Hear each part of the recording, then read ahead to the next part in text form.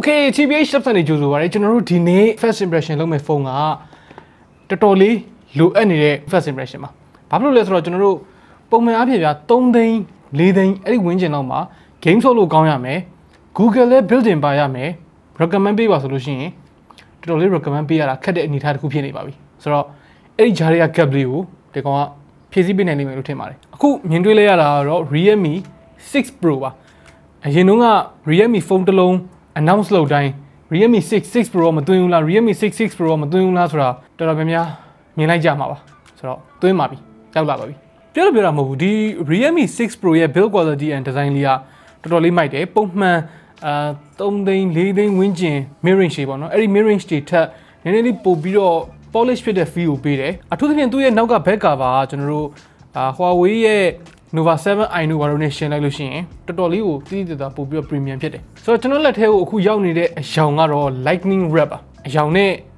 နာမည်နဲ့တော့တော်တော် light တယ်လို့ပြောလို့ရတယ်ပေါ့နော်သူ့ရဲ့နောက်က back cover လုပ်ပေးထားတဲ့ပုံစံကလုံးဝမိုးကြိုးပုံစံလေးမိုးကြိုးပုံစံဟိုမှာနှစ်ခုပေါ့နော်အဲ့ဒါဟိုမှာခရမ်းရောင်ပုံစံမျိုးလေးပေါ့နော်ကျွန်တော်ကတော့ personally အပြာရောင်နဲ့ဆိုလို့ရှိရင်ပို့လိုက်မယ်လို့ထင်တယ်ဒါပေမဲ့ဒါလည်းမဆိုးပါဘူးပြီးတော့ realme ရဲ့ထုံးစံအတိုင်းပဲသူ့ရဲ့ camera module အပေါ်ဆုံးကအလုံးမှာသူကအဝါရောင် green လေးခက်ပေးထားတယ် fingerprint က side mounted ဖြစ်သွားမယ်ဆိုလိုချင်တာကသူ့ရဲ့ display ဒီ AMOLED display မဟုတ်ဘူးဒါပေမဲ့ AMOLED display မဟုတ်ဘူးဆိုပေမဲ့အဲ့ဒါကို compensate လုပ်ပေးဖို့အတွက်သူ့မှာ 90Hz display ပါတယ် 90Hz display ဆိုတာကဒီလို price range မျိုးမှာ sweet spot ဖြစ်တယ်လို့ကျွန်တော်တို့ထင်တယ်ဘာလို့လဲဆိုတော့120လောက်လဲ battery မစားဘူး 120Hz ကိုမှ flagship မဟုတ်တဲ့ SoC တွေနဲ့ပေါင်းသုံးပြီးလိုက်လို့ရှိရင်ဖြစ်လေရှိတဲ့ဒီနည်းနည်း latency များတယ်လို့ခံစားရတဲ့ခံစားချက်တွေ app launch လုပ်တယ်ဆိုလို့ရှိရင်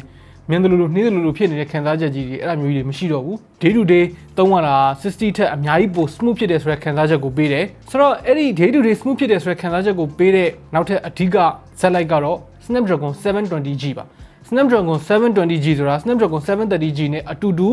ဒါမှမဟုတ်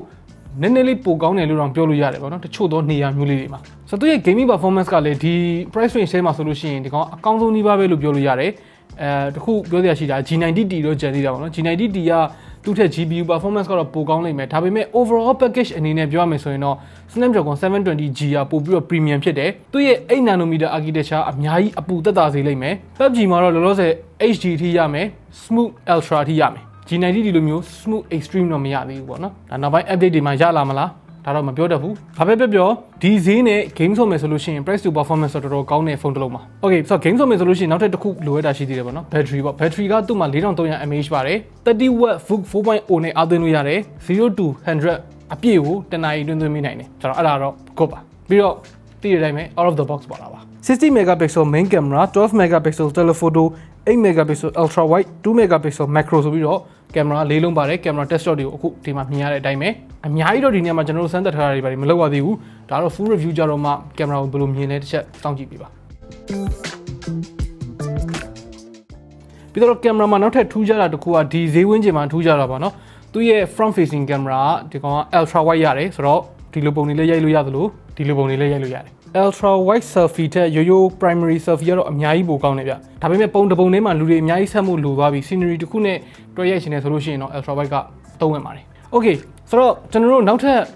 သိဖို့လိုတဲ့တစ်ချက်ပေါ့နော်အဓိကအရေးကြီးတဲ့အချက်ကဒီကောင်ရဲ့ဈေးကဘယ်လောက်ဖြစ်မှာလဲအဲ့ဒါတော်တော်လေးအရေးပါပါတယ်ဘာလို့လဲဆိုတော့အဲ့ဒီဈေးကိုသိရတော့မှကျွန်တော်တို့ကသူ့ရဲ့ price range နဲ့သူ့ရဲ့တခြား competition တွေနဲ့ရှင်ကြည့်ပြီးတော့ဒါဖြစ်တဲ့နယ်မဖြစ်တဲ့ဘူးဒါပြန်ချိန်ရမှာပေါ့နော်လောလောဆယ်မှာတော့officially launch မလုပ်ရသေးဘူး price အတိအကျမသိရသေးဘူးအဲ့ဒါကြောင့်မလို့ကျွန်တော်တို့အဲ့ဒီအပိုင်းကိုပြောလို့မရသေးဘူးဆိုတော့ full review ကြတော့မှဆက်လက်စောင့်ကြည့်ပါလို့ပြောရင်းနေပဲနောက်နေ့မှတွေ့တာပေါ့